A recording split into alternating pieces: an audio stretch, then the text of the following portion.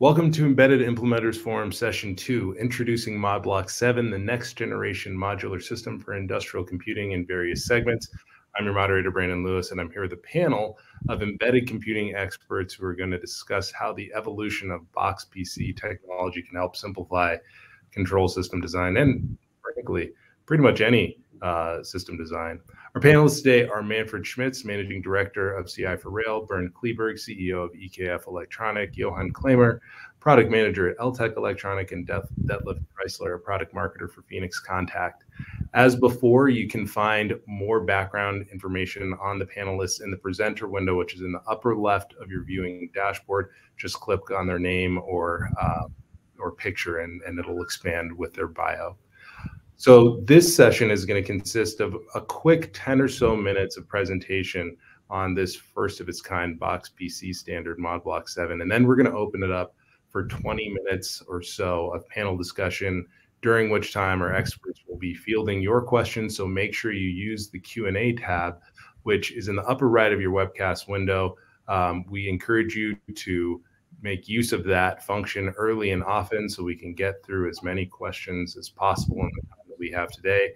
And even if we are not able to get through all of them, we'll be sure to have panelists follow up afterwards.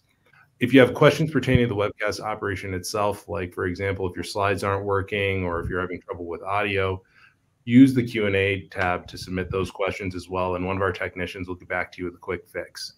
As I said, the Q&A tab's in the upper right of your window, but there's also a handouts tab up there next to it where you're going to be able to find today's slides so you can download them for your own reference.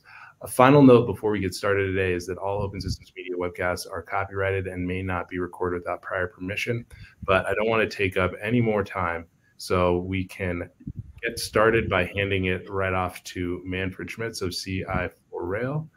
And let me fire up your slides here, Manfred, one moment. Okay, thank you.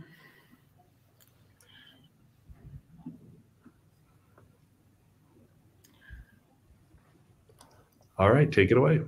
Okay, thank you. My name is Manfred Schmitz. I'm the editor of the specification of Modblox 7, and I've written most of that. And I try to explain now what Modblox 7 is. First of all, it's a motivation to do a new standard. On the one hand side, we see increasing demand for smart computing and connectivity. So there come more and more of this stuff on the market, and in the field. And in parallel, we see a demand of manualization and also lower cost. On the other hand side, we need to have optimized solutions for customer-specific applications, also in very dedicated fields. And we have to find a possibility to handle obsolescence, and second source is one of the easiest way to handle that. Based on that, we have defined Modblox 7. It's finally nothing more and less like a modular embedded box computer, but with some very special features. On the one hand side, it's based on 19-inch technology. This guarantees that it can be mounted directly in a 19-inch subrack, but it's also possible to mount this device on a wall or on a DIN rail. This opens a lot of opportunities in the market. It's modular. This means you can add different I/O functions depending on your application, and all this is based on 7 HP. So you see it's a big 19-inch stuff behind of that. So you have this 7 HP size behind. So the width is expandable, not the height and the depth. There's no backplane inside of the box. It's very simple build, so it lowers the cost. And the box is prepared for redundancy, so you can use the box also for very special applications. Basic architecture. It's rather simple done. It's normally such a system consists of a power supply, of a CPU unit, and I/O units. And very special is that the I/O units can be expanded and configured depending on the dedicated application. the central the CPU unit is connected to the peripheral stuff by standard interfaces. So we do not have private interfaces. Everything is standardized. So, for example, we have 4 PCI Express lanes. We have 8 USB lines. 2 of them are USB 3.0.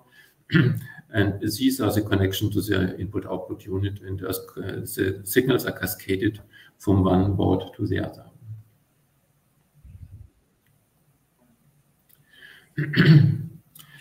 Here you see an example of such a system. It's an example of a redundant system. So you see on the very left-hand side a power supply, as well as on the very right-hand side, and it could be the same power supply. Then you see a CPU unit on the left-hand side and on the right-hand side. This could also be the same. And then you have the green and the yellow stuff, which is something which is I/O-based. It's connected to a subsystem A and or subsystem B. Depending on the configuration, you can use such an I/O privately on one side of the system or commonly by both sides. This depends simply on the board you plug in. And in the middle, and this is the supervisor unit, which combines both system and is an ecosystem which is required to handle the switchover and the communication between the two systems.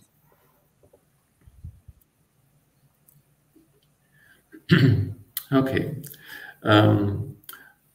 What is a typical application for such a modular computer? It could be used in different type of industries. It could be used for example, in industrial automations. There are applications for packaging machines. Packaging machines are a bit special because this type of machines needs to have real-time computing in parallel with classical PLC-like applications. And this is industrial automation. This means the typical way to build it in a box or in an electrical cabinet is DIN rail mounting. And of course, this is an advantage. You can do that with this system because Modblox 7 is totally prepared to be DIN rail mounted in such a system. And because of the different I/Os, you can use the system as well for, let me say, simple I/Os, real-world I/Os, or field bus I/Os, but you can have also analog input-outputs to make the real-time applications. Another very typical application is in the field of power and energy. A wind turbine controller would be a very typical application for Modblox 7. You know, these huge devices to generate energy, and normally on top of these devices you have a controller unit, which is normally connected by LTE or some other mobile phone communication to transfer all the current data, and is also, let me say, the requirement for this device on the environmental side is rather hard. It has to work. Vibration is a real issue in that application. Also, the voltage impulses for the power supply is not easy to handle. ESD is not easy to handle, and the device has to work.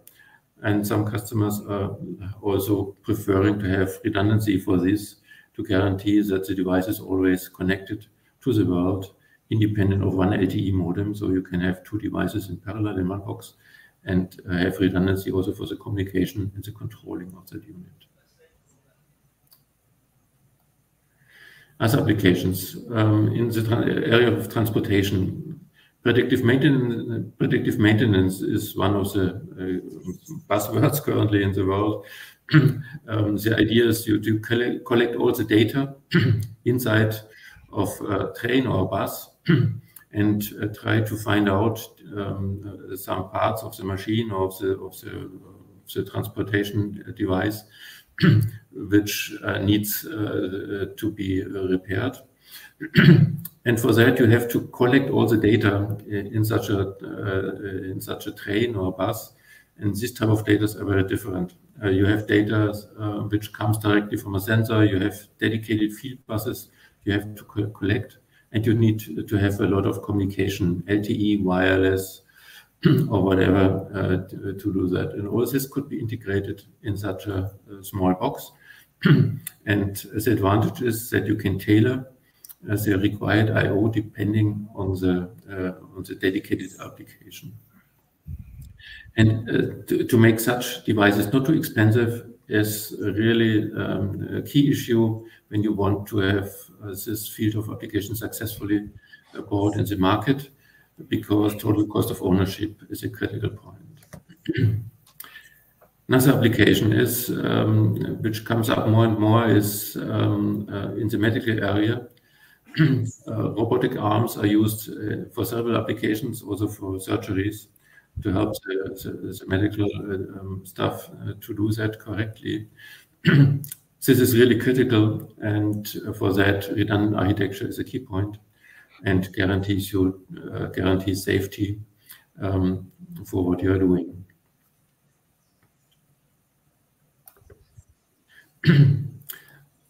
Then you have other examples in communication for public transportation. You can use and install a box inside of a bus, for example, and transfer all the data from the bus, the position, the number of passengers, how many passengers are in a bus or train, and all these. Normally, such a company is using buses as well as trains and trams. And because of the way our device can be mounted, it's really useful to use it. The customer can use a uniform solution for all type of vehicles. He can use 19-inch mounting or wall mounting or whatever it's required. The last application I have selected for today is a helicopter transport system on a vessel.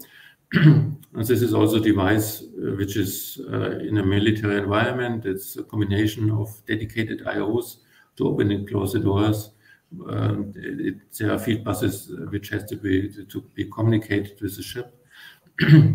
Of course, it must be compact, it must robot, it must be rugged, and it has to be reliable in a military environment. So also this is a typical application for Modblox 7.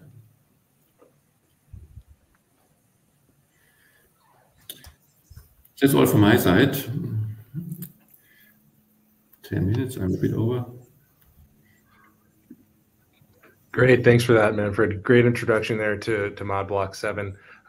We are now going to get into the Q&A portion of the session. So make sure you use that Q&A box in the upper right of your viewing console and to submit your questions, and we'll get to as many of them as we can in the time that we have. First question here I have for you, Manfred, and then the rest of the panelists, if you feel the need to chime in.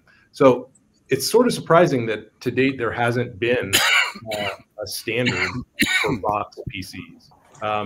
Why do you think that is, and why is now the time with this introduction of Modblox 7?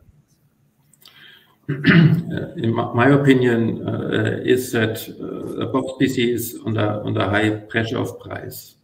And so the manufacturers are looking to find a solution which is optimized for the dedicated application and try to optimize these. This works often, but not always.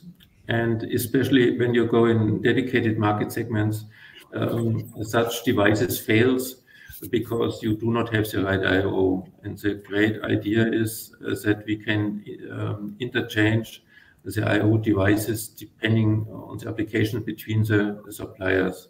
And this helps to optimize a device which is optimized for the customer application. And its still is a bit strange, I agree, because I think originally there was no modularity in such a box, but I think it's time to do it now. Let me say a bit in the direction of PC 104, it's a bit in that direction, but of course what we are doing is much more modern and up to the state of the art, let me say. Great, thank you for that. There's another question here about scale, and I think I'm going to pose this one to Bernd as you're the chair of the group. So how far could a Modblox 7 system scale? Obviously, it's modular, and as Manfred just went through, you're able to stack different modules that have different types of functionality or intent designed for a different purpose on top of each other, how far can you go with one single system? Oh, it can be done very far. We have learned it's completely modular. That starts from the power supply. It can work with different power supplies, means different input voltages. It can work with different CPU modules from ARM solutions like x86, and many different I/O modules can be integrated. They are today available from EKF, LTEC, and of course CF4Rail. That can be communication I/O, sensor I/Os, serial I/Os, etc., etc. One of the latest modules coming from EKF is a single pair Ethernet module. So we have a broad range of different CPU cards, modules, and power supplies. So a Modblox 7 system can be adjusted to many different applications. Great. Maybe I could add something. Sure, So, please yeah. So yeah, usually I have this system with like minimum product of a PSU and a CPU module, and then you have extensions available up to the 19-inch form factor. And with this Modblox 7 standard, you have up to 12 additional modules available from, as Bernd said, yeah, from cellular modules up to CAN bus or MVB for in-train communication and diagnostics. And that's a lot more than you usually have in normal BoxPCs.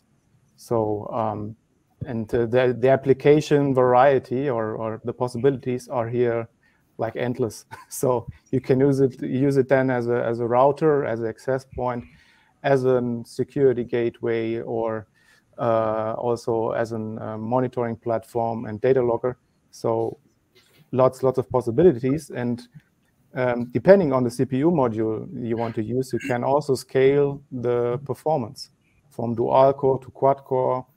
If you need more RAM, you can also add the RAM slots here, SSD storages, and so on. So a lot more flexibility like in standard BoxPCs, and this you can usually only get with compact PCI 0 systems. So we bridge here the gap between these high performance, very expensive systems and cost-effective BoxPCs. So I'd like to add some thoughts on this too. So one of the exciting things about Modblox, I think, is the ability for it to be customized and scaled as the size of the BoxPC itself, but also the I/O content within that. And when we're talking about scalability, we can talk about scalability on multiple different levels, right? And what can we scale inside the box? Can we scale, the I/O? Can we scale the compute? Downstream of the box, we've got the field buses, as Manfred had mentioned. Maybe you want to scale the I/O that's out on the field buses, or what's going on out there. But another way of scaling Modblox is scaling it upward to a multi box system as well. And so some of the applications don't require that. You could do everything that you need in one box or two boxes. But some of them, like I'm going to go to that what I showed in my introduction deck today, Factory 4.0. Factory machines on a factory floor could easily use Modblox because it has a great customization for I/O capabilities, and you could build up factory machines with these Modblox controllers. But then you can look at the factory floor as a system of systems, where each one of the machines is Modblox. Maybe the line controller is COM HPC or micro TCA. And then you've got an orchestration for the whole factory floor. So I look at the solutions of scalability really are it's not unlimited. I know engineers out there are going to correct me if I say unlimited, but it's very flexible in terms of where this can play. And I love the fact that Modblox 7 plays really right there at the interface with the I/O domain. Great. A reminder to the audience, keep your questions coming in, please, and we'll get to as many of them as we can. in the time we have remaining. There is one here that I'll just answer out of hand, which is what's the relationship between Modblox 7 and the PICMIC standards organization? Modblox is currently being developed under PICMIC, under the PICMIC organization, as a working group there. So thanks for that question. But all of this talk about number one, scale, and as Manfred mentioned, this PC 104 type of connecting or stacking obviously puts a lot of questions to the connector. So Detlef, obviously Phoenix Contact, this is your wheelhouse. What is special, different, unique, or maybe not about the connector that was selected for the Modblox family of specifications? Yeah, our FP0.8 series features a special contact technology. We call it ScaleX, which is based on a hermaphroditic contact geometry. This combines good signal transmission behavior with good tolerance compensation capability in all directions. It's an important point to connect all the modules together. Added to this is the very good current carrying capacity of the ScaleX contact system. So these are the main reasons why the ScaleX system was chosen. Mm-hmm. Great, thank you for that. Let's see here. Got several questions going. Oh, Bernd, you mentioned some of the ways that you over there at EKF are you adding Ethernet, et cetera. So what sort of IOs are available for system expansion? And I guess if you could talk about ways beyond just stacking IO modules and CPU modules and power modules that you could really build off of a Modblox 7 system for your specific use case. Yeah, I guess it was talked about the many IOs available. The way they are connected, there's in opposite to systems backplane based. We have a direct board-to-board connection. That means the CPU card is connected directly with all the peripheral IO cards via the standard interfaces presented by Manfred. That is PCI Express and USB 3 and USB 2. And yeah, that way they build up a system. The form factor is 7 HB for each slot. That means in a 84 maximum 84 HB system, you can combine devices a lot of different because we are basing on PCI Express and USB. So we can use existing chips and existing solutions which are in the industry. We must not do everything. And this is also, let me say, one of the basic ideas of Modblox 7 at all. We do not make so much new. Modblox 7 is just using the technology which is existing and already standardized in PICMIC. So there was a question why we are doing this in PICMIC, because it fits so good to the other products coming from PICMIC. Let me say, on the one hand side, it's a downscaling from advanced TCA via micro TCA, compact PCI serial, and this is the lowest level of that. On the other hand side, it's perfectly made to support all the computer modules, which fits perfectly in the box. The box is exactly designed in a way that, for example, Com Express fits perfectly in that box. Cooling. This is also technology we have learned from other standards and reused that in the box. So the IO is also prepared to work in harsh environment. And when you do graphics or EKF is currently building an NVIDIA platform for artificial intelligence. For that, thermal issues is an issue, and you have to find a solution for that. And for that, we have chosen conductive cooling as a potential solution, also to support high-end stuff in the small box. So, great. Brendan, can I jump in and sure. Add my 2 cents? So, Modblox, I love Modblox from a platform standard, because it brings things back to industrial I/O and actually talking to the I/O points.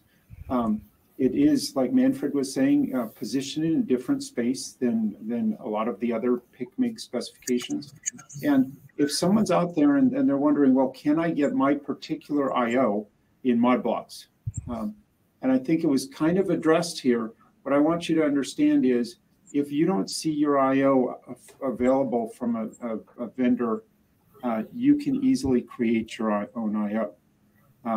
Like Manfred was saying, you have standard interfaces, PCI Express or USB.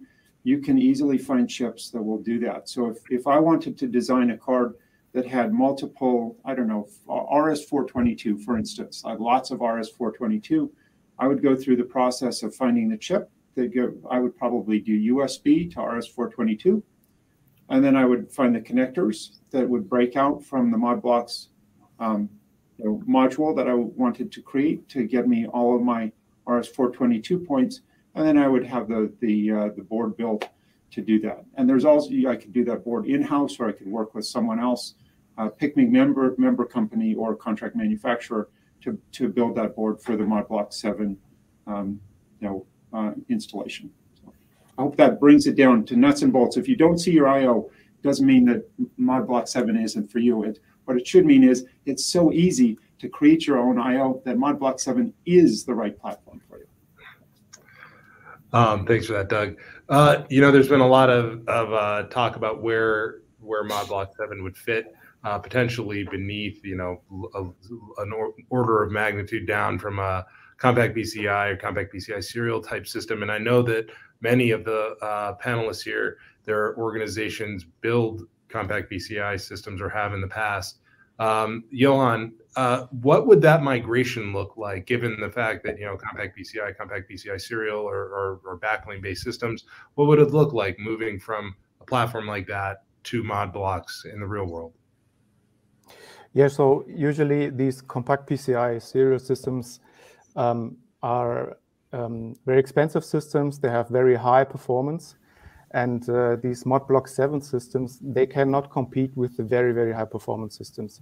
That's sure, because we don't have the cooling capacity in this compact system. So it's more like in the middle range of performance. But it offers the flexibility and all the I/Os that are needed when you have an existing system. So for refurbishment projects where a compact PCI serial system were used, which is then discontinued from CPUs or for chipsets and so on, there it might be a good idea to looking for a cost-effective solution with Modblox 7 and replace these I/Os with the I/Os that Modblox 7 offers. Maybe it could be the same, like Ethernet switches or MVB, CAN, bus capability, or LTE or Wi-Fi modules, and implementing, of course, newer standards and give them the benefit, like 5G, which was maybe in the past not available in compact PCI serial systems. So, yeah, I think it's very cost-effective solution in that reason, and offers this flexibility. Yeah, maybe Manfred, you can add something in that regard. We are close to the end, but let me say it's also essential that when you do something special I/O, it's a special I/O, it's maintained, because it's a standard, and when you have a new generation of Modblox 7 CPUs, you can reuse what you have. So you maintain your investment in dedicated I/O. Great. Well, as Manfred pointed out, we're about out of time here. I would like to thank all of our panelists, Manfred Fritz of CI for Rail, Bernd Kleberg of EKF, Johan Klamer of Veltec, and Detlef Preisler of Phoenix Contact for introducing us to this new era of BoxPC technology. And all of you who attended and contributed questions, thank you for those. I know there were a couple that we weren't able to get to, but we'll make sure to have our panelists follow up. I've pasted a link to the next session, which is Micro TCA for Industrial Applications Future Ready, in your webcast chat window. And when I end this webinar, you'll be dumped back onto the landing page where you can enter from there as well. So thank you again for attending. Thank you, panelists, and we'll see you shortly. Thank you. Thank you.